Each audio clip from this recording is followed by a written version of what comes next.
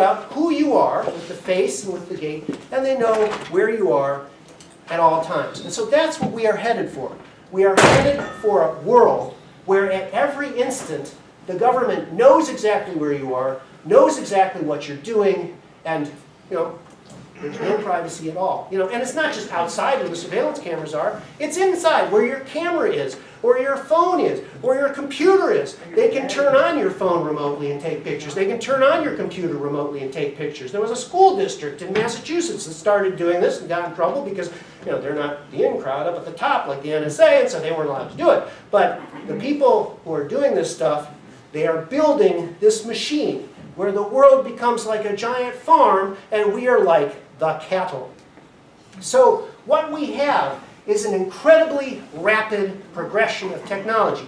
And you are all paying for it. They're running it up on your charge card, okay? In the last 6-7 years, the amount of government debt has doubled because they're out on a shopping spree, buying all this stuff all the time because we're not seeing anything against us. So we got choices here.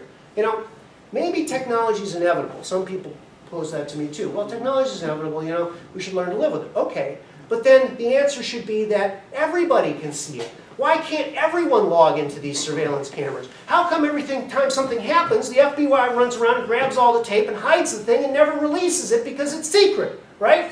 We could have a different society. In the old days, we used to have the old lady sit on the porch, and if the two kids started fighting or someone tried to jack a car, the old lady would call the cops. Well, if all these surveillance cameras were always open to everyone to surf all the time, we'd probably have old lady groups sitting around, calling in and busting crime, okay?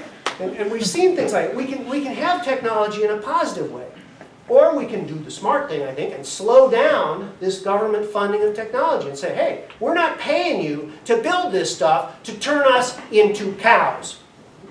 Now, the corporations, of course, are with this stuff. Disney now has a new show for the little kids, and it's the Shutterbug show, And here's the little Shutterbug, and the Shutterbug has this camera, okay? And it's a little robot thing that flies around, And if little Sissy is in her car and can't get her seatbelt on, little Shutterbug flies over and sees that and beams it up to a satellite, and then this wonderful yellow bear will come and save her. And so, we have a surveillance state that is built and working on normalizing the most invasive surveillance you can imagine. And it's going on right now all the time. We won't play the music video, but this presentation is on the web. You can download it. You can give it to your friends. You can press these hyperlinks, and you can see the little Shutterbug video if you want.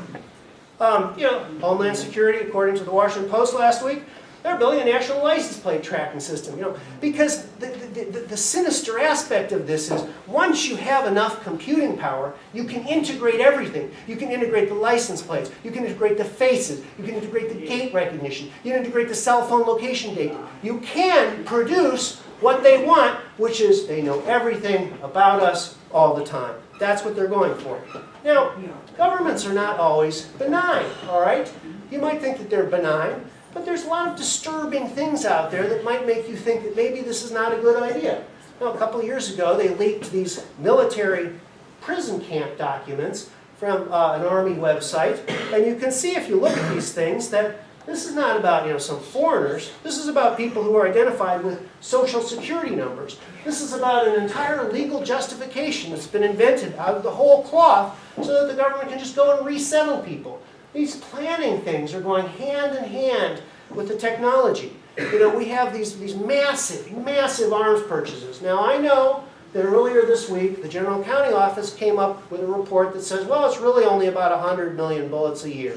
And you can dig into it, and I don't know what the truth is, but they're buying great gobs of ammunition, and everywhere you look, they're buying all this weird stuff, The Forest Service is buying stun guns, the Education Department is buying SWAT team stuff, there's tens of thousands of armored vehicles being brought back from overseas and being refitted and passed out like popcorn to police people all over the country. It's, they're having training exercises, pretending people are zombies, so they can go and shoot them, and I won't bother you with that footage, although it's kind of entertaining in a sick sort of way. They're They were for a while selling targets for law enforcement about how to train the cops to shoot women and children and old men.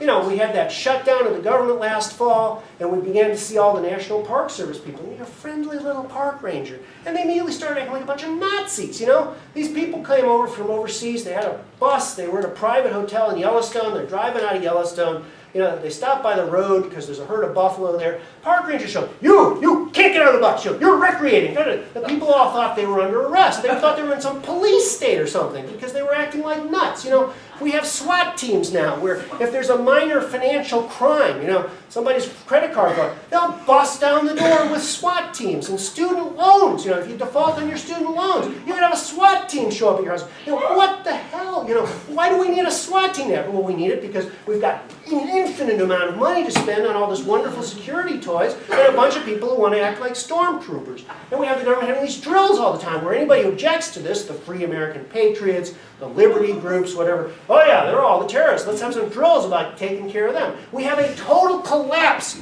in this country now of the executive branch's duty to take care that the laws be faithfully executed. Because we have all these laws, and if they don't like them, they just don't do them. And if the laws say you can't do something, they just do it anyway.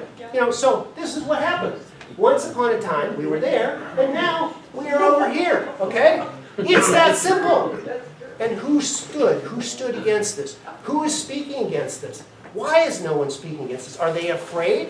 You know, we can't all sit here cowering in fear all the time. You know, I don't mean to pick on Obama because I think both parties are equally guilty on this. But Obama got up there and he said, and it's on tape, you can look at it through the link, that we need a civilian national security force that's as big as the Army.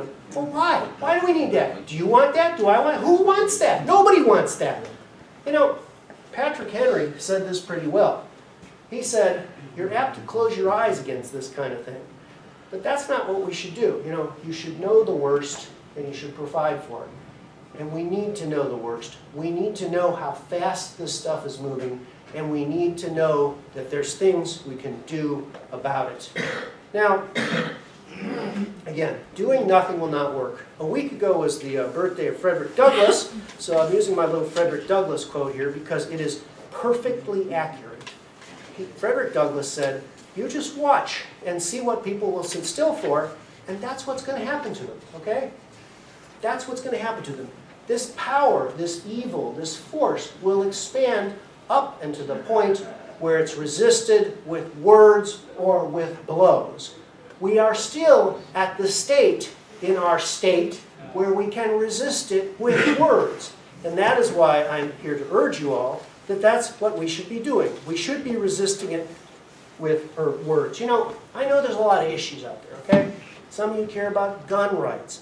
Some of you care about free speech. Some of you care about foreign policy. You know, but what's the point of having a Second Amendment if you sit there with your gun in your pocket until you're a cow and all this stuff is happening? What's the point of free speech if no one says anything about it? You know, how much longer are these rights going to have any meaning when the government has this complete power like that? I submit, not very much. Now, I don't mean to be pessimistic, okay?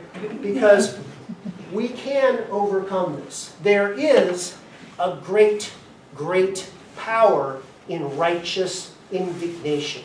Okay? Righteous indignation is perhaps, as Daniel Webster says, one of the most powerful forces in history. And if people are willing every day to bring this subject up and to shout down people who are just the people who are trying to enslave us, and to make it clear that this is not acceptable, and that there's something wrong with people who think it is acceptable, things will slowly change.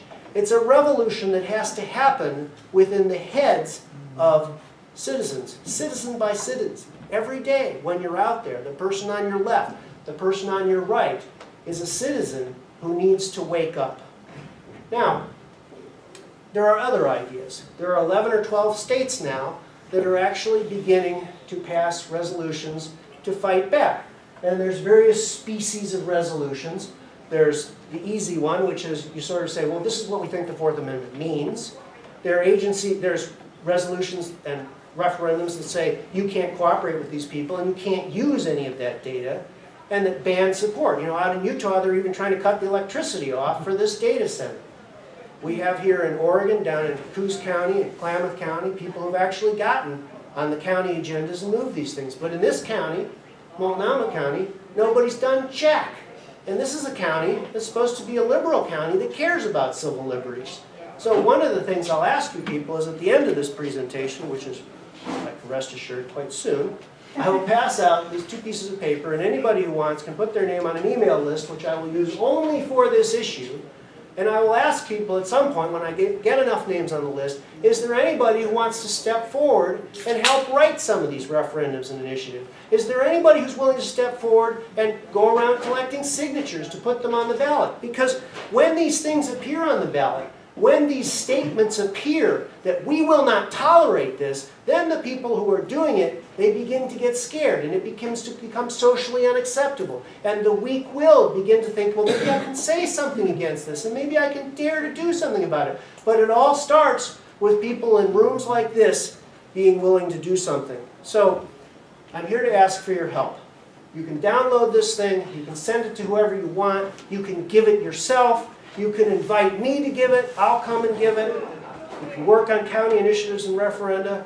We could even try to organize a demonstration here in Portland. Wouldn't it be something if we actually had a demonstration against this kind of stuff? Wouldn't it be something if we could raise the 50 grand or whatever it takes to lure Ron Paul here, or God knows who, people who can speak about this stuff even better than I can, and help spread the word. Because if you don't, you're going to be cows. And it's not good to be cows. So that's what it comes down to. Either you're on the side of freedom and liberty and truth and transparency, or you're on the side of mindless obedience, oppression, deception, corruption, and tyranny. So which side are you on, guys? Thank you.